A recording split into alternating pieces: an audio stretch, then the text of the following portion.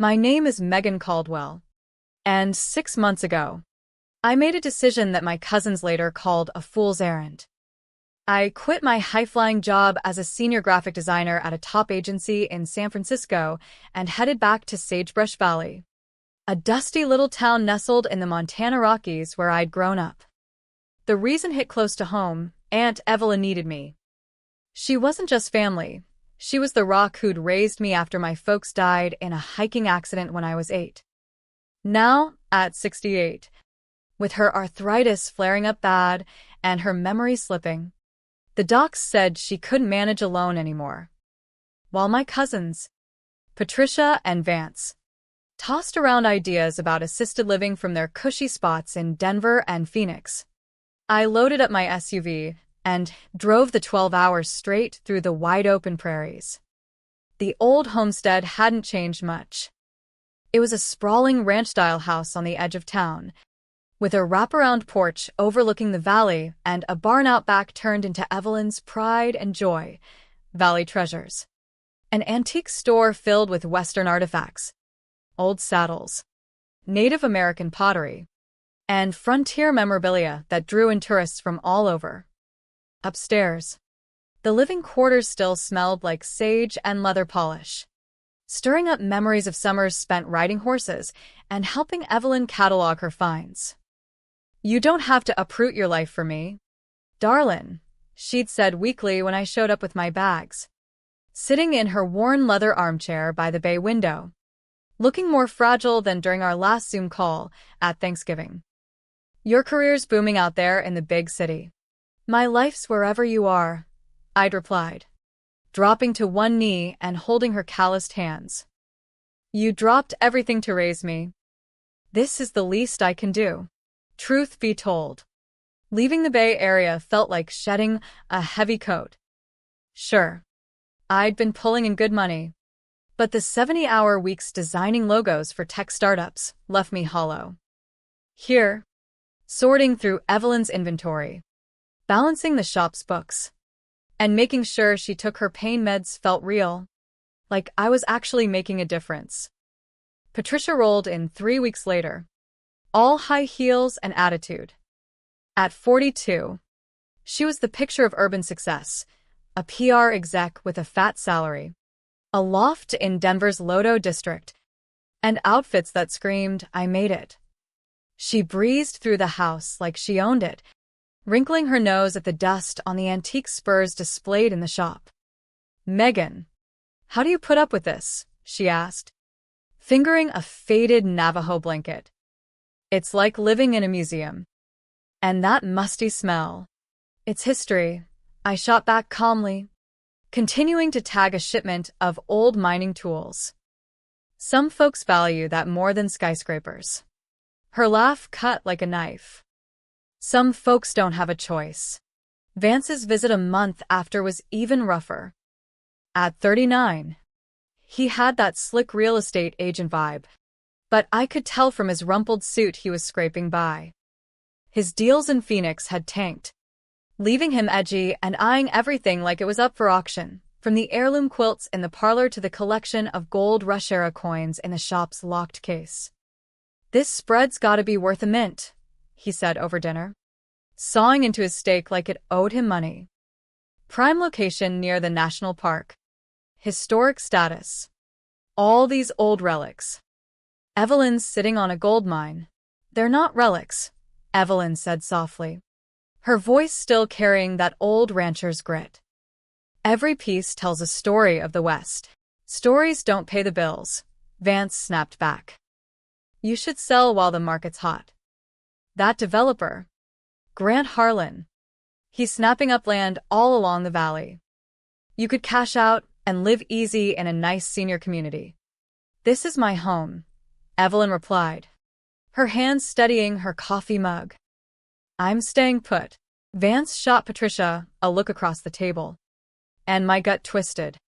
I'd seen that glance years ago when they'd pushed Evelyn to sell after Uncle Roy passed. But now it felt sharper, more desperate. That night, after lights out, I snuck down to the shop's office and rifled through Evelyn's files. Bills were paid. Taxes squared away. Inventory logged neat as a pin.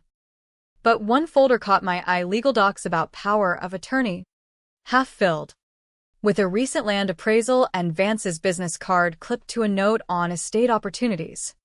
I photocopied it all and stashed them in my room upstairs. A storm was brewing, and I wasn't about to let it sweep us away. The day Evelyn's arthritis meds vanished was my wake-up call. I found her rummaging through the bathroom cabinet, panic in her eyes.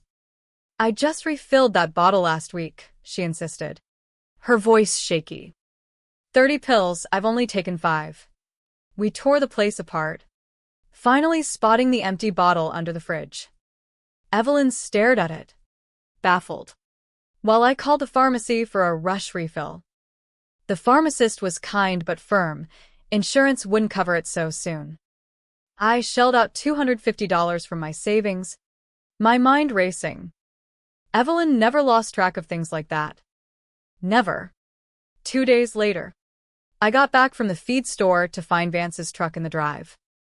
He was in the living room with Evelyn, papers fanned out on the coffee table, laying on his charm thick as molasses. "It's just in case," he was saying, nudging a form her way. "If Megan's not around and something happens, someone needs to handle your affairs. Pay for care." "What's going on?" I demanded, setting down the bags. Vance barely looked up. "Family stuff. Megan. Doesn't involve you." "Everything about Aunt Evelyn involves me," I said, stepping closer to scan the docs. "I'm her caregiver." "For now," he smirked. "But what happens when you head back to Frisco for a real gig?" Evelyn glanced between us, confused. "Vance mentioned you were planning to leave soon." "That's a lie," I said firmly, scooping up the papers. "I'm here for good." Vance's face hardened. "You can't keep her cooped up here. She needs pros. Grant Harlan knows a top-notch facility." "Harlan? The developer?" My heart pounded. "Why are you chatting with him about Evelyn?" "He's a pal now," Vance said slickly. "Wants to help us through this rough patch." That night, I set up a nanny cam in the living room, tucked behind an old lantern. I started recording chats on my phone too whenever they dropped by. It felt sneaky, but Harlan's name set off alarms. My hunch paid off the next week. I was out back feeding the chickens when I heard voices from the shop. Evelyn should have been resting, but there she was talking to someone. I eased closer and listened. "Just your John Hancock here. Mrs. Whitaker," a man's voice said. "Grant Harlan." I'd recognized that oily tone from the town hall meeting last month. "I don't get it," Evelyn murmured, sounding foggy. "Vance said this was for my meds." "It is." "Sorta," Harlan replied. "Let's Vance manage things. "Get you the best care." You trust him, right?" I bolted in, phone rolling. "Back off." Harlan jumped. A wiry guy in a fancy BOLO tie. Smile fake as fool's gold. "Megan, Vance said you were out." Vance was wrong. I planted myself between them.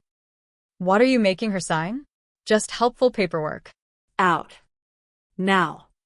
Harlan gathered his stuff, but his grin lingered. "Can't shield her forever.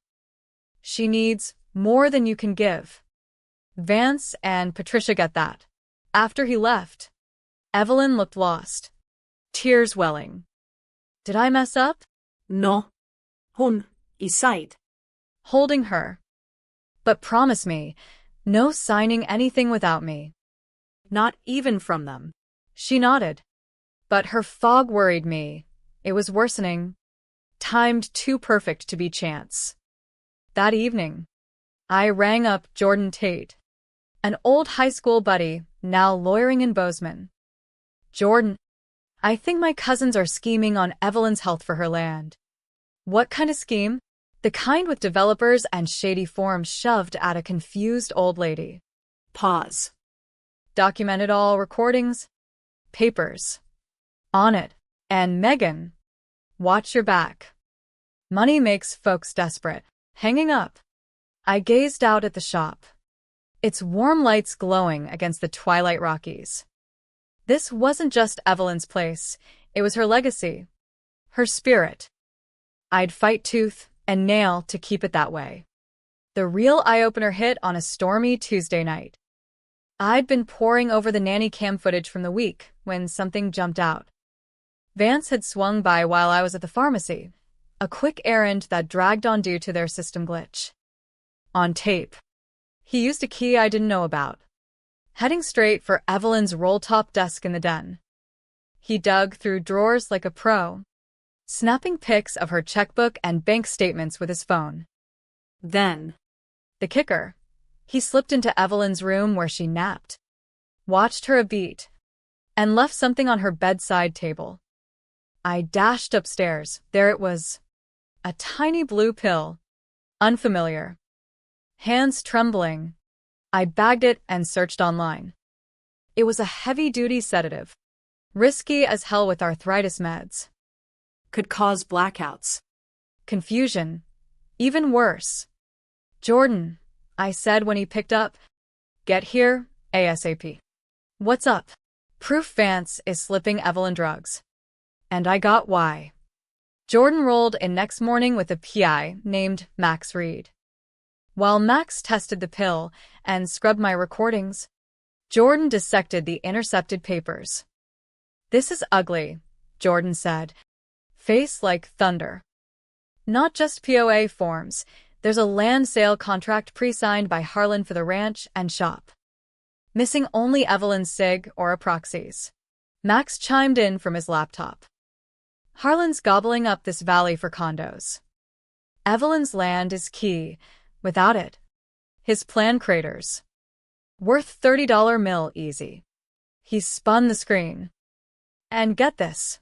Vance owes Harlan's outfit $150,000 from a botched flip last year. Patricia's PR firm has a pending gig with Harlan worth $400,000 over 2 years. It clicked. Deliver the ranch. Vance's debt vanishes.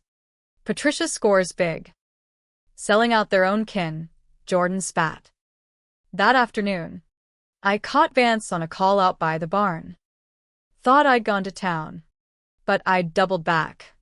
Wary. Gotta speed this up, he said. She's sniffing around. Nah. The birthday bash is prime. Crowd sees her foggy. We slip in the SIG like a present. Grant. Whatever it takes. Patricia's in. We can get her deemed unfit later, if push comes to shove. I recorded it all. Bilirsin. Later. Tucking Evelyn in. She gripped my arm tight. Megan. Something's off. These memory lapses. How they eye me like I'm done for. You're not, I said. Fierce. I won't let him. The party, she added. Vance pushed it hard. Never cared before. When? Last week. Called it my big hurrah. Invited the whole valley. Her eyes met mine. I'm scared. I hugged her tight. Don't be. I got a plan. That night, I laid it out to Jordan, the doping, the money ties, the party ambush. We had days to counter. Need more than tapes, he said. Financial proof, drug confirmation, and let 'em hang themselves at the shindig. Then, that's the play. Max dropped another bomb. The senior home Vance touted? Harlan owns it. $7,000 a month. Residents average 18 months before kicking the bucket. Probed twice for neglect. Staring out at the ranch that night, stars blanketing the sky, I saw Evelyn's life work. The horses she'd raised. Artifacts she'd hunted. To them. It was bucks. To me. It was the woman who'd bandaged my knees. Read me Western tales. Cheered at my rodeo wins. They saw me as the doormat niece. They'd learn otherwise. The morning of Evelyn's 69th dawned crisp and golden. Montana sun painting the peaks. I'd risen early, whipping up her favorite biscuits and gravy, arranging wildflowers from the meadow. Party was evening, but I wanted her day sweet to balance the coming clash. "Your mother henning me," she teased, but her smile glowed as I set her mug down. She looked sharper today. I'd watched her intake like a hawk, blocking any tampering. "Not every day you hit 69, I said, pecking her cheek. Plus. Surprise time. I handed over the scrapbook I'd pieced together, pages of ranch life. Shop milestones. Old photos from cattle drives and tourist seasons. Her eyes misted. "Oh, Megan. This is gold." As the day wore on, guests trickled in early, neighbors, old ranch hands, shop regulars. Vance and Patricia arrived mid-afternoon, All smiles. hauling decorations and a massive cake from the bakery in town. "Big night. Aunt Evie." Vance boomed, clapping her shoulder a tad too hard. Patricia air-kissed her. "You look rested." I kept close, phone ready. Jordan and Max lurked incognito, Jordan as a family friend, Max blending in the crowd. By dusk, the barn was packed, string lights twinkling, barbecue smoking, country tunes playing. Evelyn sat at the head table, beaming as folks toasted her. But I spotted Vance and Harlan huddled in a corner, papers peeking from Vance's jacket. "Happy birthday, dear Evelyn." The sing-along rapped, and Vance wheeled out the cake, a towering thing with candles blazing. As he set it down, the icing hit me like a gut punch. "Happy birthday, Evelyn." But below, In sneaky, small script, time to retire gracefully. They'd baked their scheme right in, counting on her confusion to seal the deal. The room clapped, but Evelyn's face fell. "What's that mean?" she whispered. Vance leaned in, voice low but mic'd from my hidden setup. "Just a joke." Aunt. "But hey, while we're celebrating, got a little gift. Sign this to secure your future." He slid over the POA form. Pen ready. Patricia nodded eagerly. "It's for the best." Harlan hovered, grinning. I stood, heart hammering. "Hold up." Folks. The music cut. "Before Aunt Evelyn signs anything, let's clear the air." Vance's eyes narrowed. "Megan, not now." Oh. "It's perfect now." I linked my phone to the speakers Jordan had rigged. First, the pill footage, Vance planting it by her bed. Gasps rippled. "That's a sedative," I said. "Mixed with her meds. It causes the confusion they've been banking on." Next, the call. "Gotta speed this up. Birthday bash is prime. Get her deemed unfit." Murmurs turned to outrage. Old Mr. Jenkins, whose spread Harlan had lowballed last year, shouted, "You low-down snakes." Harlan bolted for the door, but Max blocked him. "Not so fast." Jordan stepped up. I'm Jordan Tate. "Attorney. We've got lab results confirming the drugging. Financial ties showing motive, Vance's debt. Patricia's contract. This is elder abuse. Fraud. Conspiracy." Sheriff Lopez, who'd been tipped off and mingling undercover, emerged badge flashing. "Hands where I can see 'em." As deputies cuffed them, Vance snarled at me. "You ruined us," Patricia wailed. "My reputation." Harlan blustered about lawyers. But Evelyn rose, voice steady. "You three thought you could pawn me off for profit. But family's more than blood, it's loyalty." The crowd erupted in support. Someone called for toasts to Evelyn. As the crooks were hauled off, the party shifted, neighbors sharing stories of how Evelyn had helped them through tough times. like lending tools during blizzards or bartering artifacts for folks down on luck. It wasn't revenge, it was justice, raw and real. In the chaos's wake, Evelyn and I stood amid the strung lights, her hand in mine as the sheriff's trucks kicked up dust down the gravel drive. The barn fell quiet at first, folks milling in shock. But then Mrs. Harlan, no relation to Grant, thank goodness, brought over a plate of pie. Evelyn, you've been this valley's backbone for decades. Don't let those vipers dim your light. Others chimed in, hugging her, pledging help with the shop. Vance's daughter, Lily, whom we hadn't seen since she was a teen, slipped in late, eyes wide. Aunt Evelyn, Megan. I saw the news alerts. Dad's mess, I had no clue. Evelyn pulled her into a hug. You're not him. Sweetie.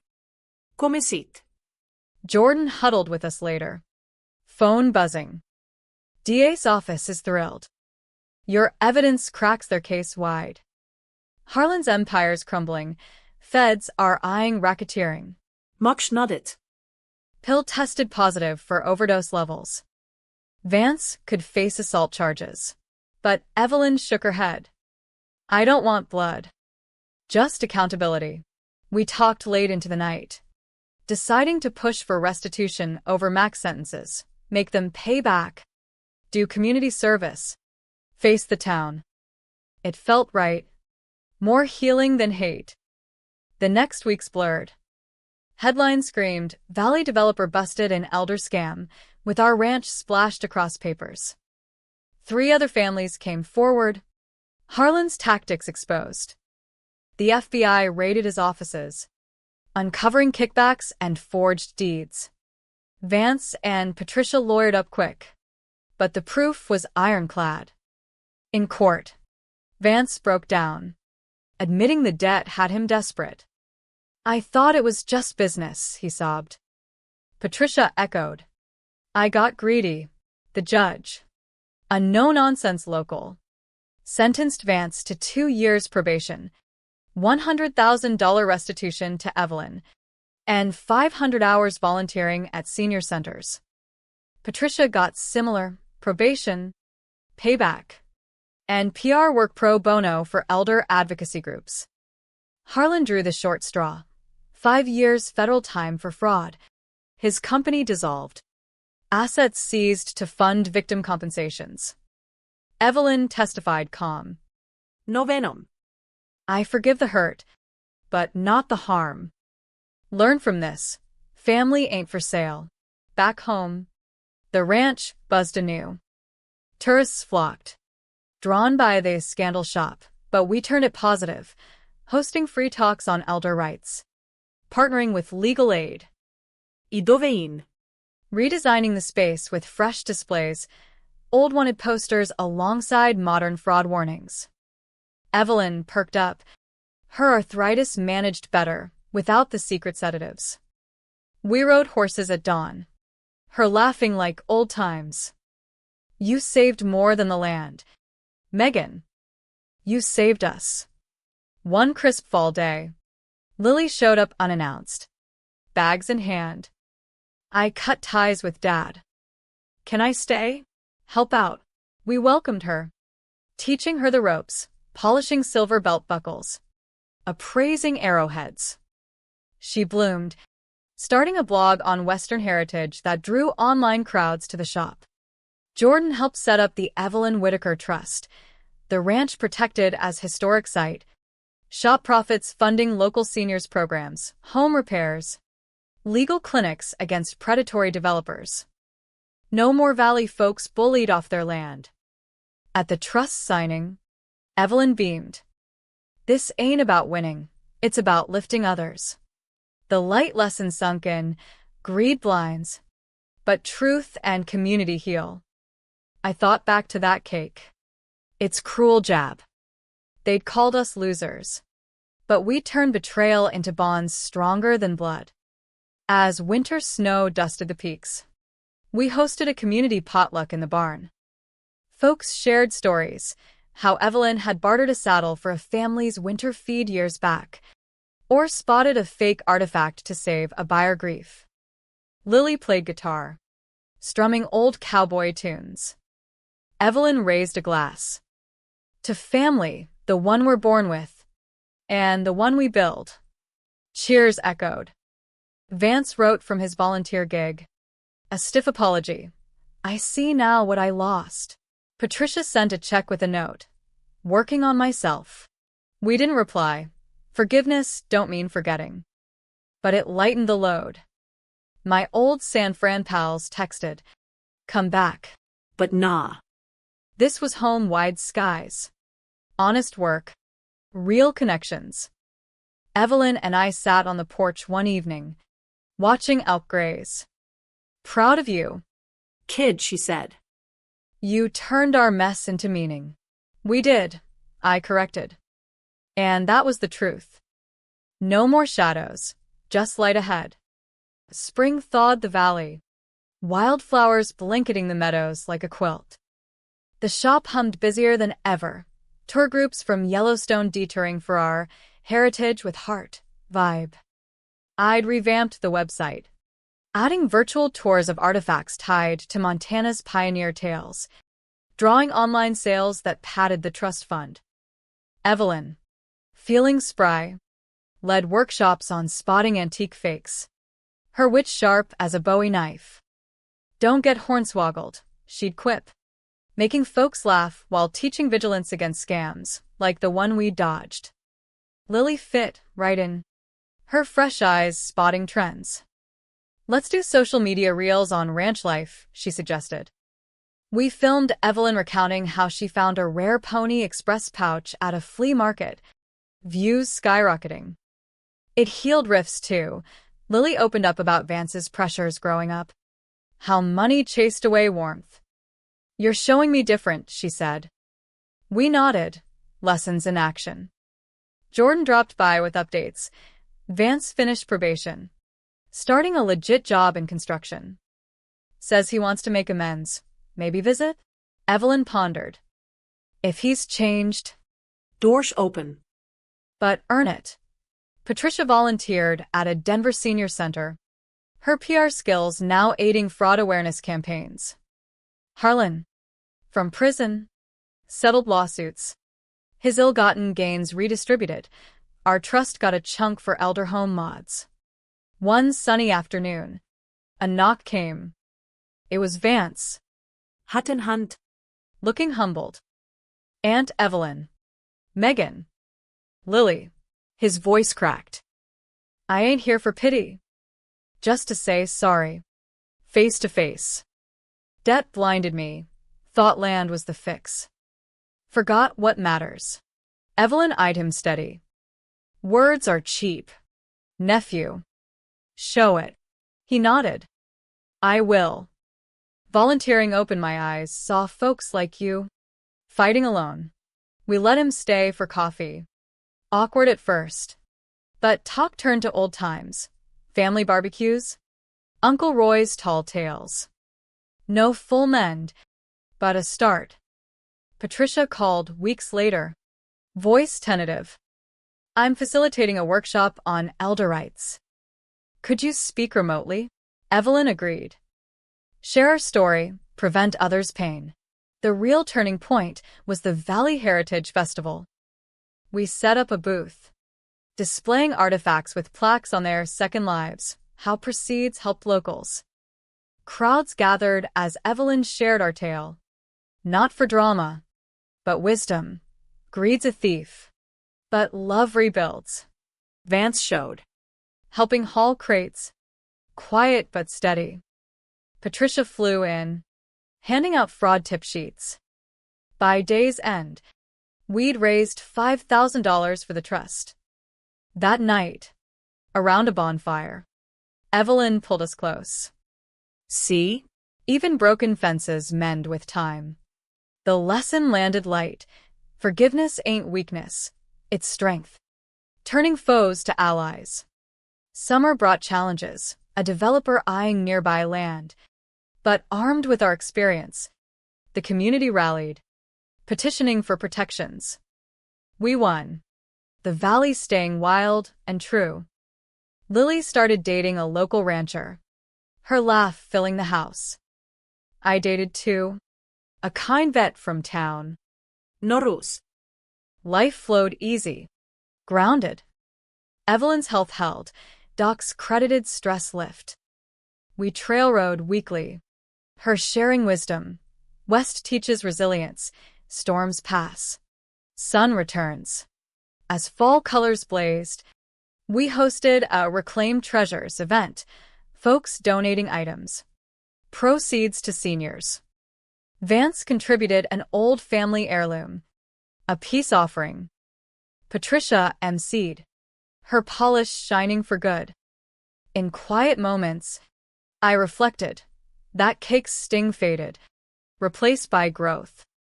We'd exposed greed not for revenge, but revelation, showing family thrives on trust, not transactions. Winter wrapped the ranch in snow again, but warmth filled our days.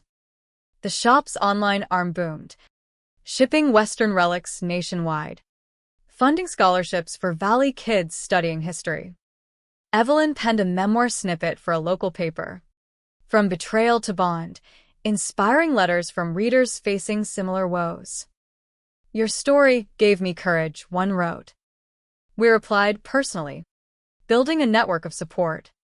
Vance integrated slowly, visits turned regular, helping with repairs, sharing laughs over Evelyn's chili.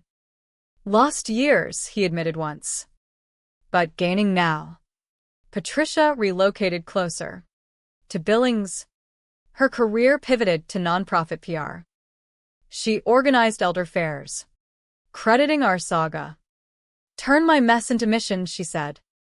Lily thrived, engaged now, planning a ranch wedding. You all taught me family first, the pinnacle, Evelyn's 70th. No schemes, just joy. We threw a simple bash. Cake iced to enduring spirits. Toasts flowed. Vance raising first. To Aunt Evelyn forgave my folly. Showed the way. Patricia added. To second chances. I clinked glasses. To us, stronger together. Evelyn beamed. Lesson learned light. Love wins when truth lights the path. Harlan's release loomed distant, but his fall sparked reforms, stricter elder laws in Montana. Our input key. The ranch stood preserved. A beacon. Evenings. Evelyn and I porch sat. Stars above. You came home a caregiver, she said. Became my hero. We saved each other, I replied. Years on. The shop indoors. Lily running it with her kids. Vance and Patricia visit grandkids. Bonds mended. I write now. Sharing stories like ours. The light lesson? Greed fractures. But compassion rebuilds. Families not given. It's grown.